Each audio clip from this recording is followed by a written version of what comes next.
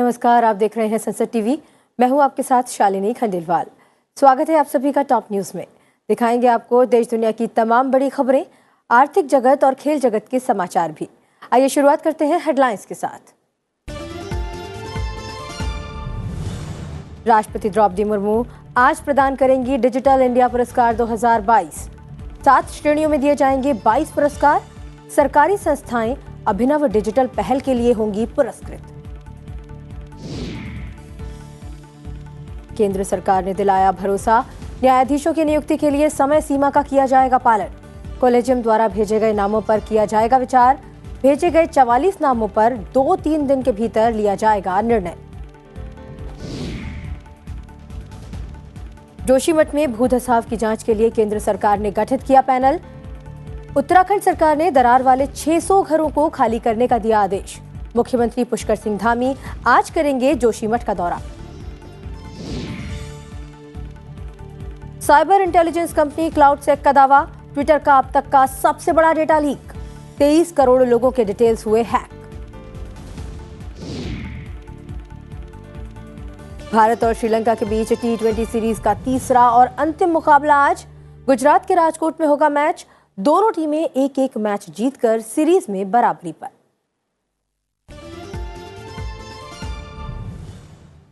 Top news में अब खबरें विस्तार से।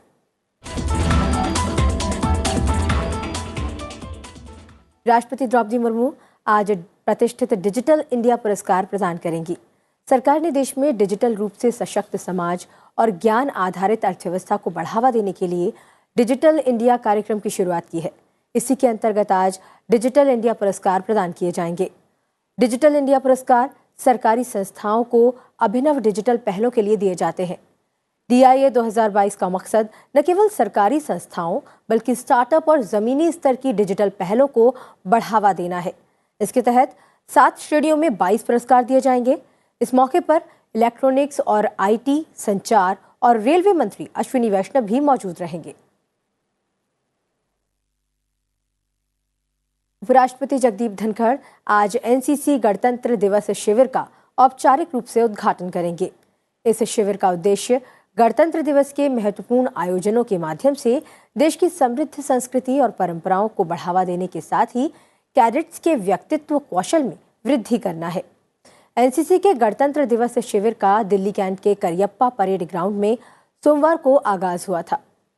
74वें NCC गणतंत्र दिवस शिविर में सभी 28 राज्यों और 8 केंद्र शासित प्रदेशों के 2155 कैडेट्स हिस्सा ले रहे हैं। इनमें 710 लड़कियां शामिल हैं। 14 कैडेट जम्मू कश्मीर और लद्दाख से और 120 कैडेट पूर्वोत्तर क्षेत्र से हैं। वहीं इस शिविर में 19 मित्र देशों के कैडेट और अधिकारी भी भाग ले रहे हैं। विदेश मंत्री डॉक्टर एस जयशंकर ने कहा कि ग्लोबल साउथ की आवाज बनना भारत का कर्तव्य है। विदेश मंत्री ने अहमदाबाद में एक समारोह को संबोधित करते हुए कहा कि मौजूदा समय में विकासशील देश कई चुनौतियों का सामना कर रहे हैं और वे बड़ी उम्मीदों के साथ भारत की ओर देख रहे हैं। दुनिया भले एक हो, पर ये हमारा दायित्व है कि हमें जो वल्नरेबल नेशंस जो कहते हैं, उनकी आवाज हम बने। जो हम कहते हैं उनको कूटनीति में ग्लोबल साउथ। जो विकासशील दुनिया जो है, उनकी चिंताओं अगर हम खुद सुन ले, उनके साथ चर्चा करें, तो G20 में हम उसको ठीक तरह से हम प्रस्तुत कर पाएंगे। और उनकी हमारे बारे में बहुत अपेक्षाएं, आशाएं कि अगर एक देश ऐसा है जो उनकी बात G20 के सामने रखाएगा, तो यह भारत है। इससे पहले विदेश मंत्रालय ने घोषणा की थी कि भारत ग्लोबल साउथ के देशों को एक साथ लाने और विभिन्न वैश्विक चुनौतियों से संबंधित उनकी सामान्य चिंताओं, हितों और दृष्टिकोण को साझा करने के लिए 12 और 13 जनवरी को डिजिटल माध्यम से वॉइस ऑफ ग्लोबल साउथ शिखर सम्मेलन की मेजबानी करेगा। दरअसल ग्लोबल साउथ शब्द का इस्तेमाल एशिया, अफ्रीका और दक्षिण अमेरिका के विकासशील देशों के लिए किया जाता है। इस सम्मेलन का मुख्य विषय unity of voice, unity of purpose है। वॉइस ऑफ ग्लोबल साउथ शिखर सम्मेलन में हिस्सा लेने के लिए 120 देशों को आमंत्रित किया गया है। विदेश सचिव ने बताया कि इस सम्मेलन में वैश्विक दक्षिण सहित विकासशील देशों को अपने मुद्दों, चिंताओं और प्राथमिकताओं को रखने का मौका मिलेगा। डिजिटल शिखर बैठक में 10 सत्र होंगे, जिसमें 2 सत्र शासनाध्यक्ष स्तरीय होंगे, जबकि 8 सत्र मंत्री स्तरीय होंगे।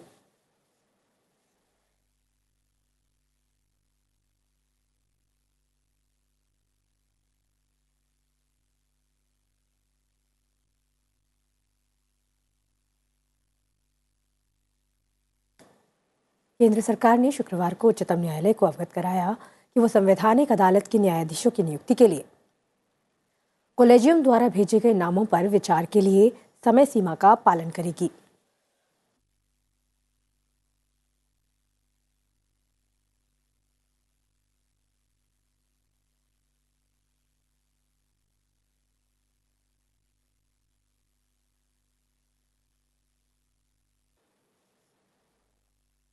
शीर्ष अदालत को यह भी बताया गया कि कॉलेजियम की ओर से भेजे गए 44 नामों पर 2-3 दिन के भीतर निर्णय ले लिया जाएगा। अटॉर्नी जनरल आर वेंकट रमणी ने शीर्ष अदालत को बताया कि उच्च न्यायालयों के कॉलेजियम की ओर से सरकार को भेजे गए 104 नामों में से 44 पर इस सप्ताह के अंत में निर्णय ले लिया जाएगा और इसकी सूची शीर्ष अदालत को भेज दी जाएगी।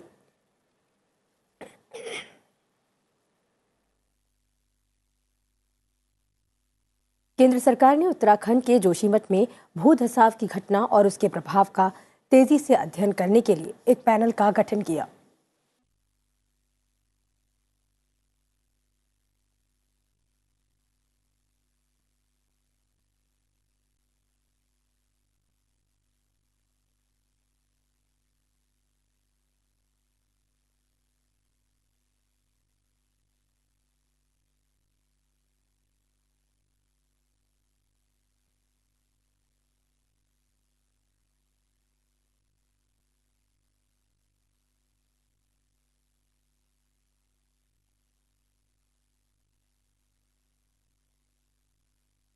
जल शक्ति मंत्रालय द्वारा जारी एक कार्यालय ज्ञापन में कहा गया है कि पर्यावरण और वन मंत्रालय, केंद्रीय जल आयोग, भारतीय भूवैज्ञानिक सर्वेक्षण और स्वच्छ गंगा के लिए राष्ट्रीय मिशन के प्रतिनिधियों वाला पैनल तेजी से अध्ययन करेगा और इसके कारणों की जांच करेगा।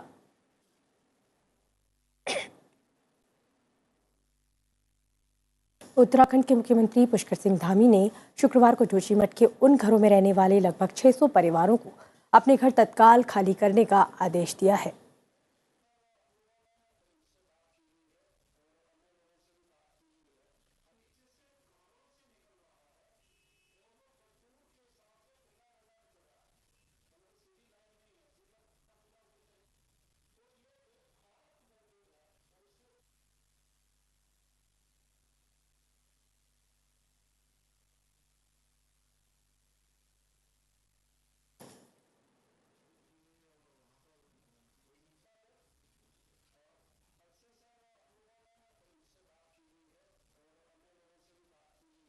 फिलहाल रुक रहे हैं छोटे से ब्रेक के लिए। आप देखते रहिए टॉप न्यूज।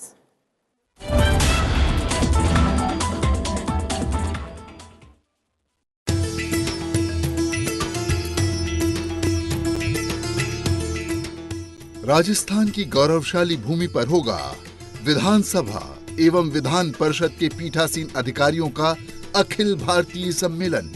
10 से 12 जनवरी पीठासीन अधिकारियों का सम्मेलन। जयपुर में होगा भव्य आयोजन। आजादी से पूर्व चली आ रही परंपरा का देश कर रहा निर्वहन। अधिवेशन में होगा विभिन्न लोकतांत्रिक मुद्दों पर मंथन। सदनों एवं लोकतांत्रिक संस्थानों के माध्यम से संवाद लाएगा आर्थिक एवं सामाजिक परिवर्तन।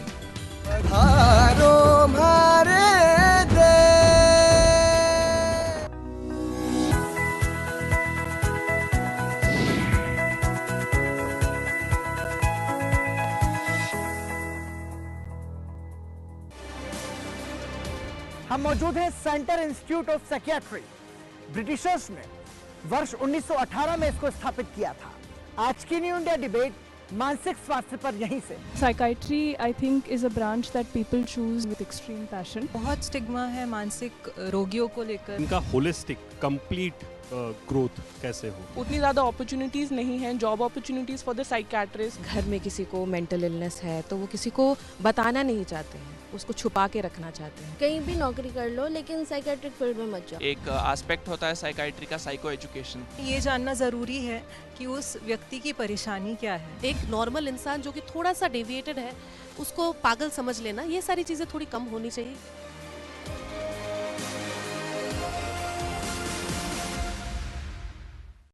No force can stop the change whose time has come. An emerging global power in a fast-changing geopolitical environment.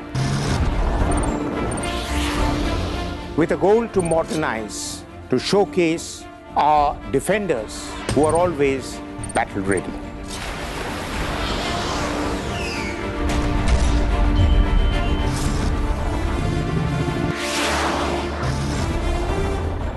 Watch our special presentations featuring India's defense forces and their capabilities in The Defenders, only on Sunset TV.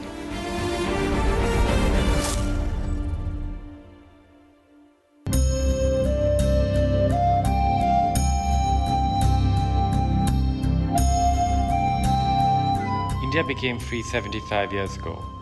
We all know that we have fundamental rights. But do you also know that we have fundamental duties? The duty towards our nation, to develop a scientific temper, humanism, and the spirit of inquiry and reforms. Jai Hind.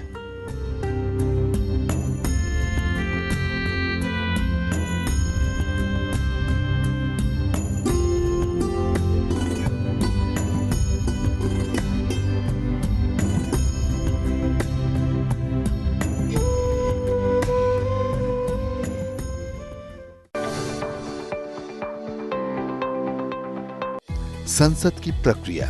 हमारी संसद की इस कड़ी में आज चर्चा उन प्रक्रियाओं की जिन्हें आप बार बार सुनते हैं। आज बड़ी ही आसान भाषा में हम आपको इस बारे में बताने जा रहे हैं। सबसे पहले स्थगन, एडजर्नमेंट। स्थगन एक निश्चित समय के सदन की कार्यवाही को निलंबित कर देता है, जो घंटे, दिन या सप्ताह का हो सकता है, लेकिन वो तय होता है। सदन की कार्यवाही को स्थगित करने की शक्ति सदन के पीठासीन अधिकारी के पास होती है। सदन की कार्यवाही आज दिनांक 12 बजे तक के लिए स्थगित की जाती है। अनिश्चित काल के लिए स्थगन, एडजर्नमेंट सिने दिया, मतलब अनिश्चित काल के लिए संसद की कार्यवाही को समाप्त करना।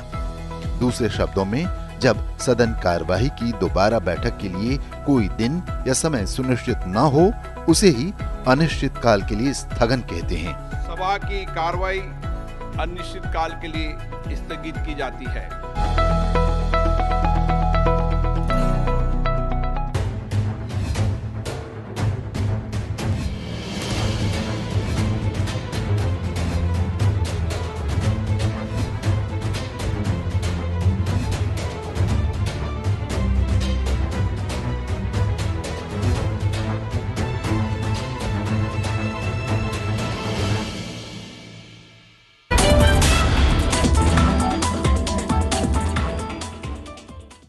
ब्रेक के बाद एक बार फिर आपका स्वागत है टॉप न्यूज में।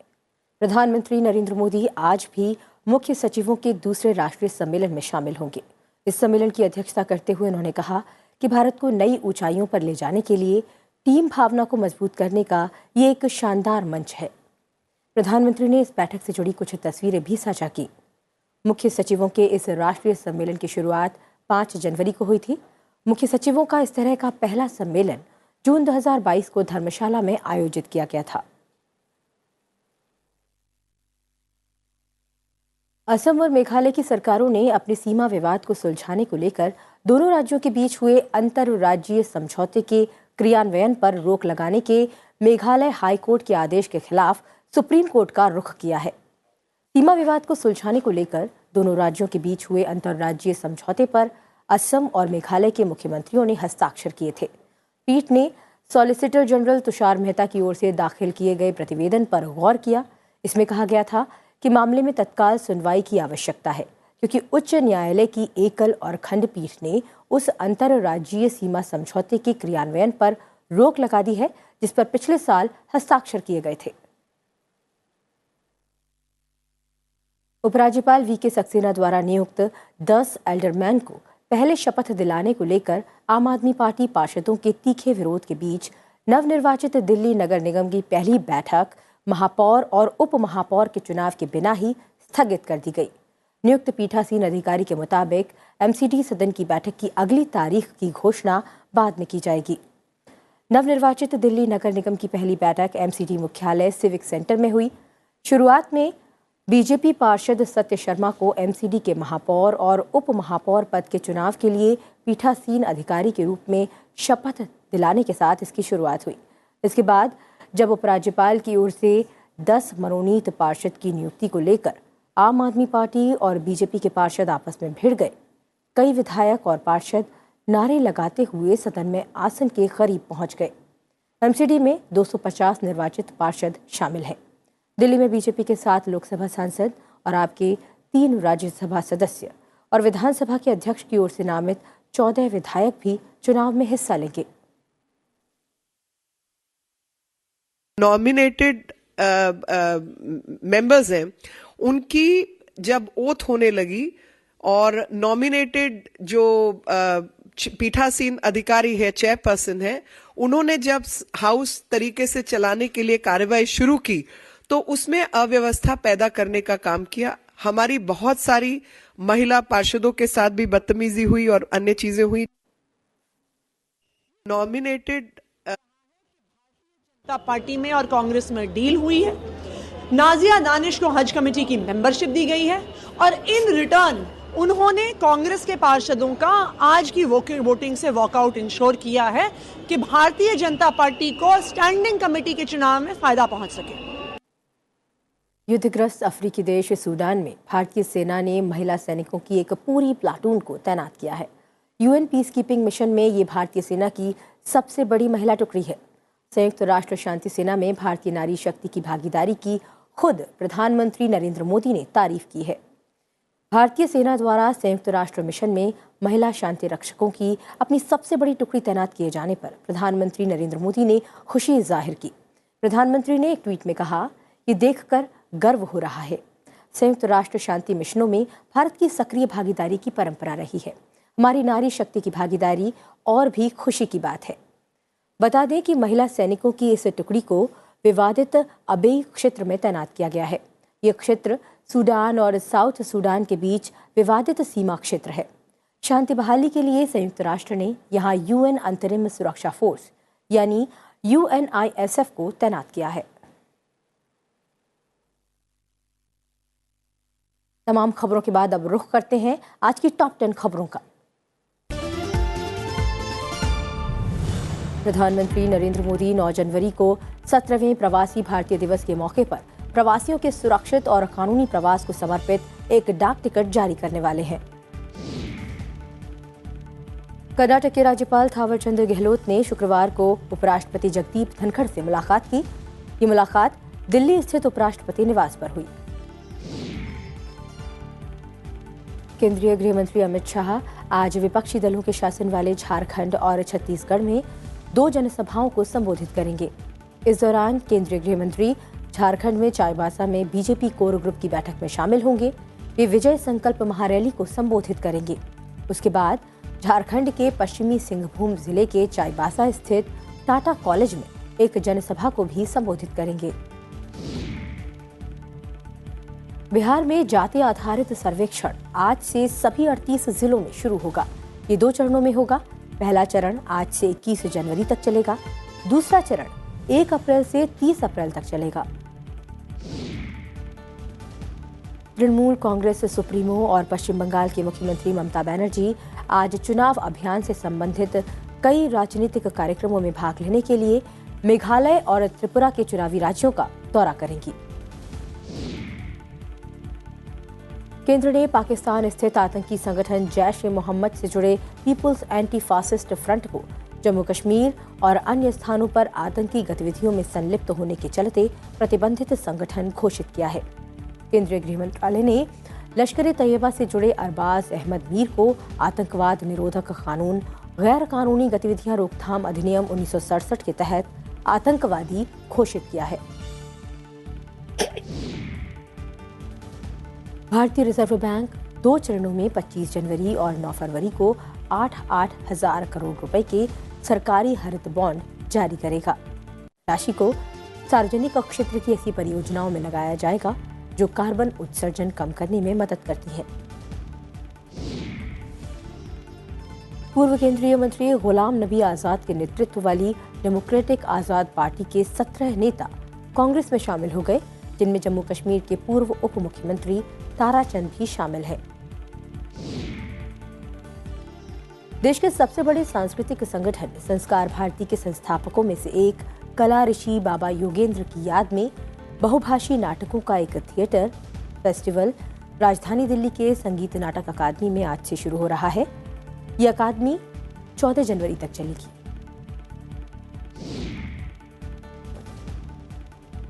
हर साल दुनिया में अलग अलग स्तर पर पक्षियों की गणना का महत्वपूर्ण कार्य किया जाता है। एशियाई वाटर बर्ड जनगणना इन्हीं में से एक है। इस बार एशियाई वाटर बर्ड जनगणना आज से शुरू की जा रही है और ये 22 जनवरी 2023 तक की जानी है। टॉप 10 खबरों के बाद अब रुख करते हैं अंतर्राष्ट्रीय खबरों का। ट्विटर के 235 मिलियन अकाउंट का डेटा लीक हो गया है। भारी संख्या में डेटा अंडरग्राउंड हैकर फोरम पर लीक हुआ है। लीक अकाउंट में से यूजर नेम, अकाउंट बनाने की तारीख, फॉलोअर नंबर, ईमेल आईडी, नाम जैसे तमाम जरूरी डेटा चुराए गए हैं। साइबर इंटेलिजेंस कंपनी क्लाउडसेक के मुताबिक चुराए गए डेटा का इस्तेमाल अकाउंट होल्डर के साथ फिशिंग यानी धोखाधड़ी करने और उनकी असल पहचान उजागर करने के लिए किया जा सकता है।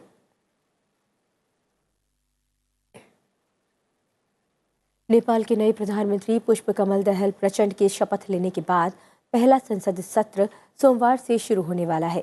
इस दौरान प्रतिनिधि सभा के अध्यक्ष और उपाध्यक्ष का चुनाव किया जाएगा। सत्र के दौरान 9 जनवरी को प्रधानमंत्री प्रचंड को विश्वास मत हासिल करना होगा। देश में 20 नवंबर को चुनाव होने के बाद पिछले महीने नेपाल की राष्ट्रपति विद्या देवी भंडारी ने 9 जनवरी को नई संसद का पहला सत्र बुलाया था। प्रधानमंत्री बेंजामिन नेतन्याहू की अगुवाई वाली इजरायली सरकार ने फिलिस्तीनियों को दंडित करने के लिए कदम उठाए हैं। इसके लिए नए सुरक्षा मंत्रिमंडल ने फिलिस्तीनी नेतृत्व के खिलाफ दंडात्मक कदमों के फैसलों को मंजूरी दे दी है। नेतन्याहू के कार्यालय के एक बयान के अनुसार ये कदम फिलिस्तीनियों द्वारा इजरायल के कब्जे पर अपनी राय देने के लिए संयुक्त राष्ट्र के सर्वोच्च न्यायिक निकाय को आगे बढ़ाने के प्रतिशोध में है। रूस यूक्रेन युद्ध के बीच अमेरिका ने एक बार फिर यूक्रेन और उसके पड़ोसी देशों को सैन्य मदद भेजने का ऐलान किया है। व्हाइट हाउस ने यूक्रेन पर रूस के आक्रमण को देखते हुए यूक्रेन और नाटो के पूर्वी हिस्से में उसके पड़ोसियों की मदद के लिए 3.75 अरब अमेरिकी डॉलर के एक नए सैन्य सहायता पैकेज की घोषणा की। इस घोषणा में 2.85 बिलियन अमेरिकी डॉलर की सहायता शामिल है, जो यूक्रेन को सीधे भेजी जाएगी। इसका ऐलान बाइडेन प्रशासन पहले ही कर चुका है।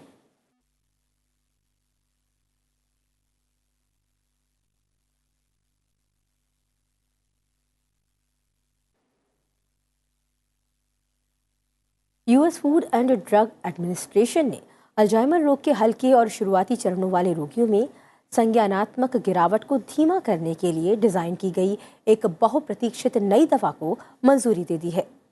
दवा लेकाम्बी, जिसे लेकानेमैब के नाम से भी जाना जाता है, इसकी FDA की मंजूरी अल्जाइमर की एक अन्य दवा एडुहेल्म को हरी झंडी देने के लिए कांग्रेस की एक रिपोर्ट में नियामक एजेंसी की तीखी आलोचना के कुछ ही दिनों बाद आई है। परीक्षण के परिणामों के बावजूद ये दिखाया गया कि मोनोक्लोनल एंटीबॉडी उपचार से मस्तिष्क में सूजन और रक्तस्राव का खतरा होता है। अंतर्राष्ट्रीय खबरों के बाद नजर डालते हैं आर्थिक जगत की बड़ी खबरों पर।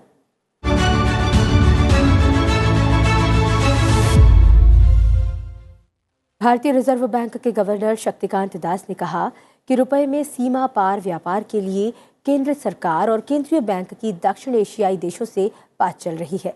उन्होंने ये भी कहा कि केंद्रीय बैंक डिजिटल मुद्रा परीक्षण चरण में है और आरबीआई डिजिटल रुपए की पेशकश को लेकर बहुत ही सतर्कता और ध्यानपूर्वक तरीके से आगे बढ़ रही है। थोक डिजिटल रुपए के लिए आरबीआई की केंद्रीय बैंक डिजिटल मुद्रा की पायलट परियोजना की सफल शुरुआत के बाद पिछले वर्ष 1 दिसंबर को उसने खुदरा सीबीडीसी की पायलट परियोजना शुरू की थी। आईएमएफ के सम्मेलन को संबोधित करते हुए दास ने कहा कि 2022-23 के लिए वैश्विक व्यापार दृष्टिकोण के साथ दक्षिण एशियाई क्षेत्र में व्यापक अंतर क्षेत्रीय व्यापार से वृद्धि और रोजगार के अवसर बढ़ेंगे। At the central bank level, a key dimension for cooperation in the region has been learning from each other on common goals and challenges, such as infrastructure financing, digital financial inclusion, reducing the cost of cross-border remittances by linking with the UPI system, and unconventional monetary policy, to name a few. Rupee settlement of cross-border trade and central bank digital currency, where the Reserve Bank of India has already started moving forward, can also be areas of greater cooperation in the future. देश की आर्थिक वृद्धि दर चालू वित्त वर्ष 2022-23 में सालाना आधार पर घटकर 7% रहने का अनुमान है। बीते वित्त वर्ष में वृद्धि दर 8.7% थी। एनएसओ के राष्ट्रीय आय के पहले अग्रिम अनुमान के अनुसार जीडीपी 2022-23 में 157.60 लाख करोड़ रुपए रहने की संभावना है, जबकि 31 मई 2022 को जारी 2021-22 के अस्थायी अनुमान में इसके 147.36 लाख करोड़ रुपए रहने का अनुमान लगाया गया था। विनिर्माण क्षेत्र के कमजोर प्रदर्शन करने का अनुमान है। और अब बात खेल जगत से आने वाली बड़ी खबरों की।